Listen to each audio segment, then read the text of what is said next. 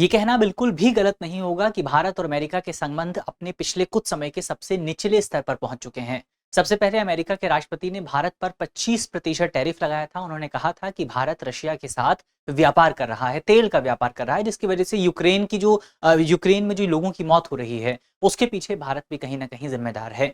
इसके जवाब में भारत की तरफ से कहा गया कि भारत केवल अपने स्ट्रैटेजिक इंटरेस्ट पर ध्यान दे रहा है, और भारत ने साथ ही अमेरिका और यूरोपियन यूनियन को भी क्रिटिसाइज किया कि वो भी जो है रशिया के साथ व्यापार कर रहे हैं। इसके जवाब में हाल ही में अमेरिका के राष्ट्रपति ने भारत पर 25% और टैरिफ लगा दिया है। तो भारत पर जो ओवरऑल एग्रीगेट टैरिफ हो चुका है वो 50% पहुंच चुका है। तो जाहिर तौर पर संबंध अच्छे नहीं हैं। आज इस वीडियो में हम इसी पूरे विषय को विस्तार से तरीके से जो है समझने वाले हैं। मेरा नाम है अक्षय और आपका स्वागत है दृश्याईएस चैनल की इस नए वीडियो में। तो इसी नोट के साथ करते हैं वीडियो की शुरुआत। और जैसे कि हमारी प्रैक्टिस रही है कि हम सबसे पहले जो है एक सवाल को देखते हैं। सवाल में आपसे पूछा गया है कि निम्नलिखित में से कौन सा देश भारत का सबसे बड़ा व्यापारिक साझेदार है, सबसे बड़ा ट्रेड पार्टनर है।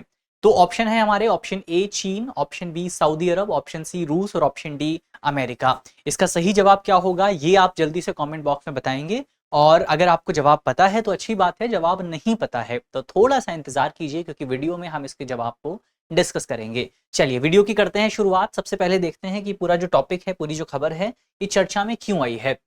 तो खबर यदि आप देखें, अमेरिकी राष्ट्रपति डोनाल्ड ट्रंप ने भारत से आयात पर 25% का टैरिफ लगा दिया है। तो इस तरीके से भारत पर टोटल टैरिफ कितना हो गया, 25% का अतिरिक्त टैरिफ लगाया गया है। इससे पहले भी 25% का टैरिफ था। तो अब भारत पर टोटल टैरिफ हो गया है आपका 50%। भारत से आयात पर 50% टोटल टैरिफ यहां पर लगा दिया गया है। अमेरिका के राष्ट्रपति ने इसके पीछे रीजन क्या बताया है। रीजन यदि आप देखें, रीजन मुख्य तौर पर ये बताया गया है कि भारत जो है प्रत्यक्ष और अप्रत्यक्ष रूप से जो है रशिया से तेल आयात कर रहा है, जिसकी वजह से जो है जो रशिया और यूक्रेन का युद्ध चल रहा है उसमें रशिया को काफी ज्यादा मदद मिल रही है। और यही सबसे मेन वजह है जिसकी वजह से यहाँ पर टैरिफ लगाया गया है। एक और रीजन जो यहाँ पर अमेरिका के राष्ट्रपति ने बताया है वो ये है कि भारत जो है वो अमेरिका के उत्पादों पर काफी ज्यादा टैरिफ लगाता है, काफी ज्यादा जो है यहाँ पर आपका टैरिफ जो है अधिरोपित करता है। उसका भी जवाब यहाँ पर अमेरिका की तरफ से दिया गया है।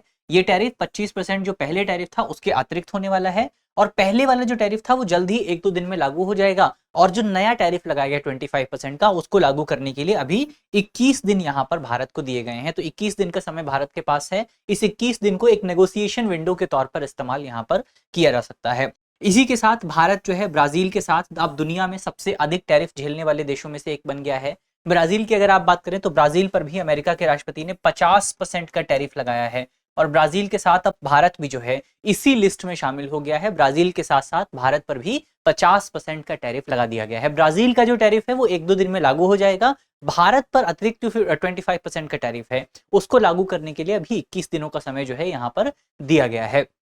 इसके अलावा अगर आप देखें तो इस संदर्भ में जो स्टेटमेंट अमेरिका के राष्ट्रपति की तरफ से जारी की गई, उस स्टेटमेंट को अगर आप पढ़ेंगे तो वहां पर एक खास बात जो आपको नजर आएगी वो ये है कि उस पूरी स्टेटमेंट में कहीं भी चीन का जिक्र नहीं किया गया है, जबकि चीन जो है वो रशिया से सबसे ज्यादा तेल खरीदता है। अगर आपको याद हो तो पहले हमने इस डेटा पर बात की थी कि रशिया दुनिया में जितना भी तेल बेचता है उसमें से 50% तेल अकेले चाइना को बेचता है, 36% तेल भारत को बेचता है, और तकरीबन 6 से 8% तेल जो है वो ब्राजील को बेचा जाता है। तो जाहिर तौर पर आप देखेंगे कि चाइना सबसे ऊपर है, लेकिन चाइना का नाम यहाँ पर नहीं है। भारत को यहाँ पर जो है टारगेट करने की कोशिश अब जो है अमेरिका की तरफ से की गई है। तो ये खबर हमने देखी, खबर में क्या कुछ इंपॉर्टेंट पॉइंट थे वो हमने देखे।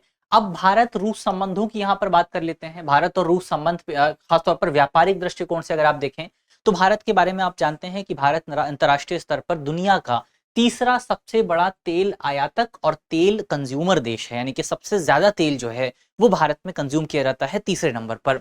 अगर आप देखें जनवरी से जून 2025 के बीच में भारत ने प्रतिदिन लगभग 1.75 मिलियन बैरल तेल जो है वो रूस से आयात किया है। और पिछले कुछ सालों में, खासतौर पर पिछले कुछ दिनों में अगर आप देखें, जनवरी से जून 2025 के बीच में देखें तो रशिया जो है वो भारत के सबसे शीर्ष तेल आपूर्तिकर्ताओं वाले देशों में से एक है। सबसे ज्यादा तेल जो है वो हम रशिया से खरीद रहे हैं। अमेरिका की अगर आप बात करें, रशिया जो है हमारी कुल तेल आपूर्ति का 35% पूरा करता है। यानी कि अगर भारत दुनिया के अलग अलग देशों से 100% तेल मंगाता है तो इसमें से अकेले 35% तेल जो है ये हम रशिया से मंगाते हैं। अमेरिका की अगर आप बात करें तो अमेरिका बेसिकली भारत को 5वें नंबर पर सबसे ज्यादा तेल भेजता है। तो रशिया पहले नंबर पर है और अमेरिका 5वें नंबर पर आपको नजर आएगा।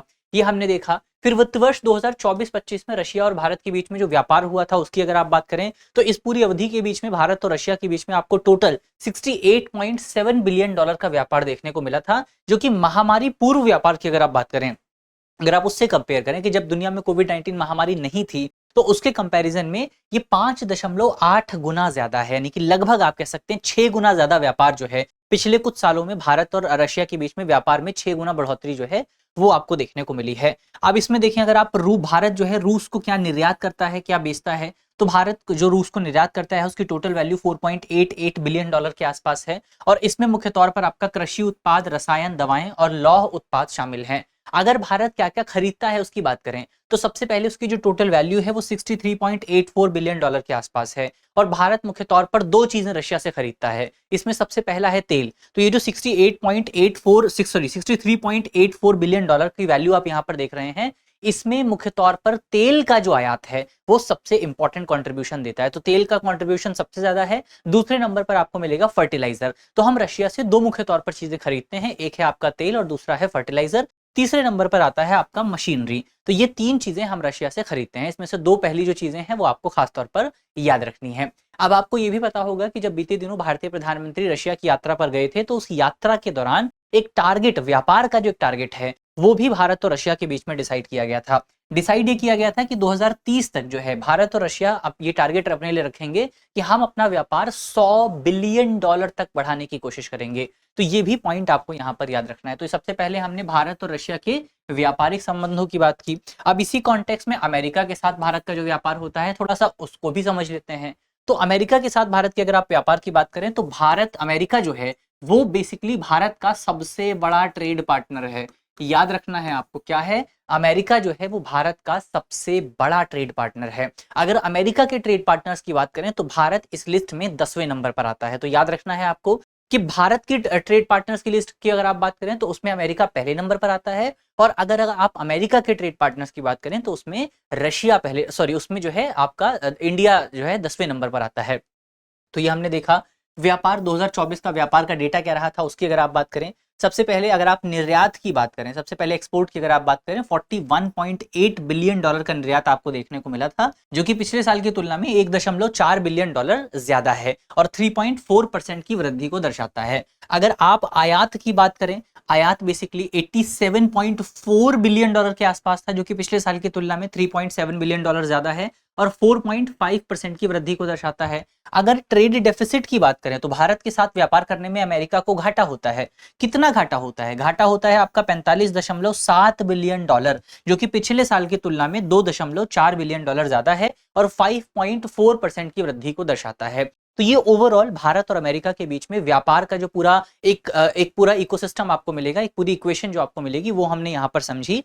इसके अलावा अमेरिका की तरफ से भारत पर यह भी आरोप लगाया जाता है कि भारत जो है अमेरिका के उत्पादों पर काफी ज्यादा टैरिफ लगाता है। जैसे कुछ जो एग्जाम्पल यहाँ पर व्हाइट हाउस की तरफ से दिए गए हैं वो ये हैं कि जो यात्री वाहन है, जो आपके पैसेंजर व्हीकल्स हैं, उन पर भारत 70% का टैरिफ लगाता है। अगर आप नेटवर्किंग उपकरणों की बात करें तो इन पर भारत 10 से 20% का टैरिफ लगाता है। अगर आप धान की बात करें तो धान पर बेसिकली 50% का टैरिफ जो है वो यहाँ पर भारत की तरफ से लगाया जाता है। तो ये कुछ इंपॉर्टेंट पॉइंट यहाँ पर हमने देखे। अब यहाँ पर आप बात करें कि इस पूरी इक्वेशन का, इस पूरी घटना का और इस पूरा जो इवेंट आपको मिला है उसका क्या प्रभाव आपको देखने को मिलेगा।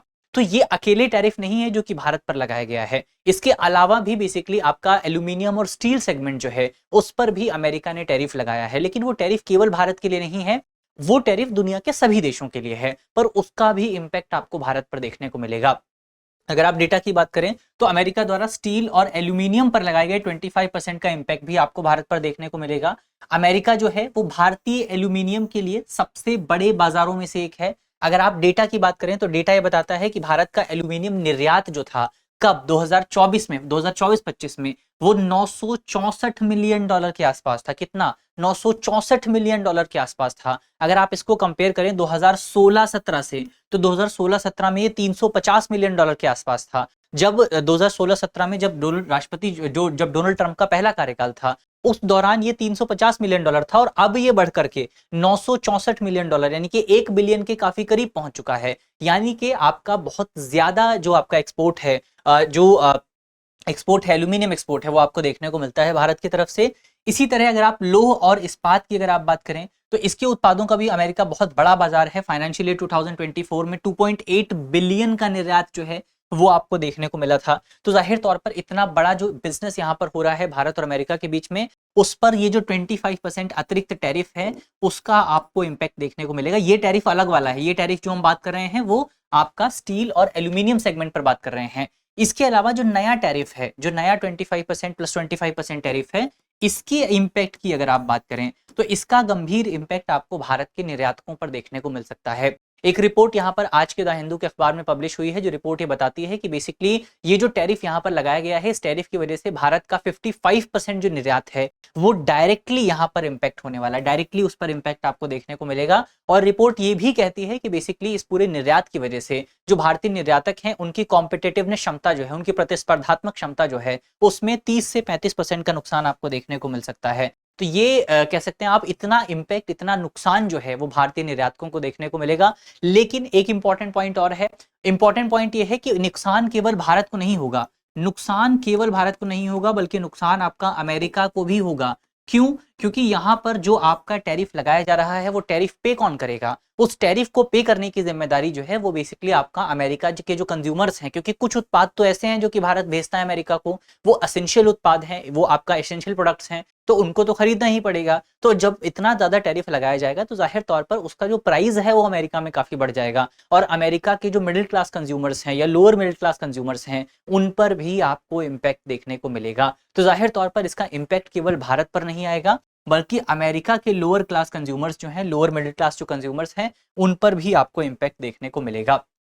चलिए अब अंत में इस पूरी घटना में हम यहाँ पर देख लेते हैं कि बेसिकली आपका भविष्य की क्या संभावनाएं हो सकती हैं। तो भविष्य की संभावनाओं की अगर आप बात करें, सबसे पहले भारत ने इस पूरे टैरिफ को पूरी तरीके से अनुचित, अन्यायपूर्ण और तर्कहीन बताया है, इलॉजिकल बताया है। और साथ ही भारत के विदेश मंत्रालय की तरफ से जो बयान जारी किया गया है उस बयान में कहा गया है कि भारत अपने नेशनल इंटरेस्ट को सुरक्षित रखने के लिए जो भी कदम उठा सकता है, भारत उस कदम को उठाने से पीछे नहीं हटने वाला है। भारत सभी आवश्यक कदम यहाँ पर उठाएगा। इसके अलावा भारत अमेरिका के बीच अगर आप व्यापार वार्ता की बात करें, ट्रेड डील की बात करें, फिलहाल ट्रेड डील ठप पड़ी हुई है, उस पर कोई भी बातचीत नहीं हो रही है। मुख्य तौर पर कृषि उत्पादों को लेकर के और डेयरी उत्पादों को लेकर के दोनों देशों के बीच में विवाद बना हुआ था। भारत जो है अपना जो एग्रीकल्चर सेगमेंट है उसको अमेरिका के लिए नहीं खोलना चाहता है, और इसके साथ साथ भारत को जीएम, जेनेटिकली मॉडिफाइड क्रॉप्स को लेकर भी दिक्कत है, उसमें भी यहाँ पर प्रॉब्लम है, तो भारत उसको भी नहीं खोलना चाहता है। और डेयरी सेगमेंट में बेसिकली जो आपकी दिक्कत है वो इस बात को लेकर के है कि अमेरिका में जो गाय होती हैं जिनका दूध हम भारत में लाने की बात कर रहे हैं,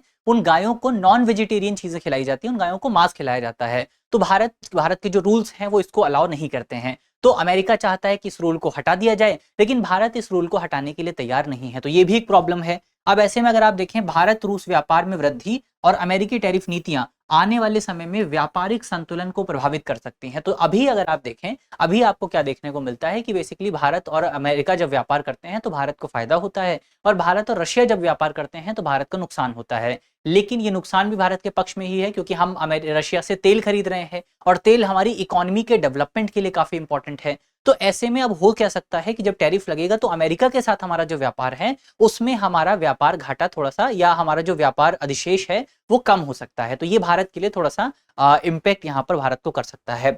अगर इस पूरे सिनेरियो के ओवरऑल अगर आप बड़े डेवलपमेंट की बात करें, बड़े लेवल पर क्या इम्पैक्ट देखने को मिलेगा, तो ब्रिक्स और ग्लोबल आपका जो दक्षिण है, वैश्विक दक्षिण जो है, इसके दृष्टिकोण में ये टकराव जो है नई नीतिगत प्राथमिकताओं को जन्म दे सकता है। पहले ही आपने देखा था कि ब्रिक्स कंट्रीज जो हैं वो अपना अलग से एक फाइनेंशियल इकोसिस्टम शुरू करने की बात कर रही थी, और ट्रंप की इस पॉलिसी की वजह से जो आपकी ब्रिक्स कंट्रीज हैं वो और ज्यादा करीब आ सकती हैं। क्योंकि हमने देखा ब्रिक्स कंट्रीज में आपका ब्राजील शामिल है जिस पर अमेरिका ने 50% का टैरिफ लगाया है, ब्रिक्स कंट्रीज में इंडिया शामिल है जिस पर 50% का टैरिफ लगाया है, ब्रिक्स कंट्रीज में चाइना आपको देखने को मिलेगा जिस पर आपका बहुत ज्यादा टैरिफ जो है लगाया गया है। तो ये कुछ इंपॉर्टेंट पॉइंट यहाँ पर हमको याद रखने हैं। तो ये कुछ खबरें हुई जिन खबरों पर हमने चर्चा की। अब हम बढ़ते हैं यहाँ पर आगे, और यहाँ हमारा टॉपिक समाप्त होता है। जो सवाल आपसे पूछा गया था उस सवाल का जवाब आपको कमेंट बॉक्स में बताना है। चलिए इसी नोट के साथ करते हैं आज की वीडियो को समाप्त, और मुझे उम्मीद है कि वीडियो आपको पसंद आई होगी। अगर आपको वीडियो अच्छी लगी है तो वीडियो को लाइक कीजिएगा, शेयर कीजिएगा अपने दोस्तों के साथ, अपने साथियों के साथ। मिलते हैं आपसे अगले वीडियो में, तब तक के लिए अपना ख्याल रखिए, ध्यान रखिए, पढ़ते रहिए। धन्यवाद।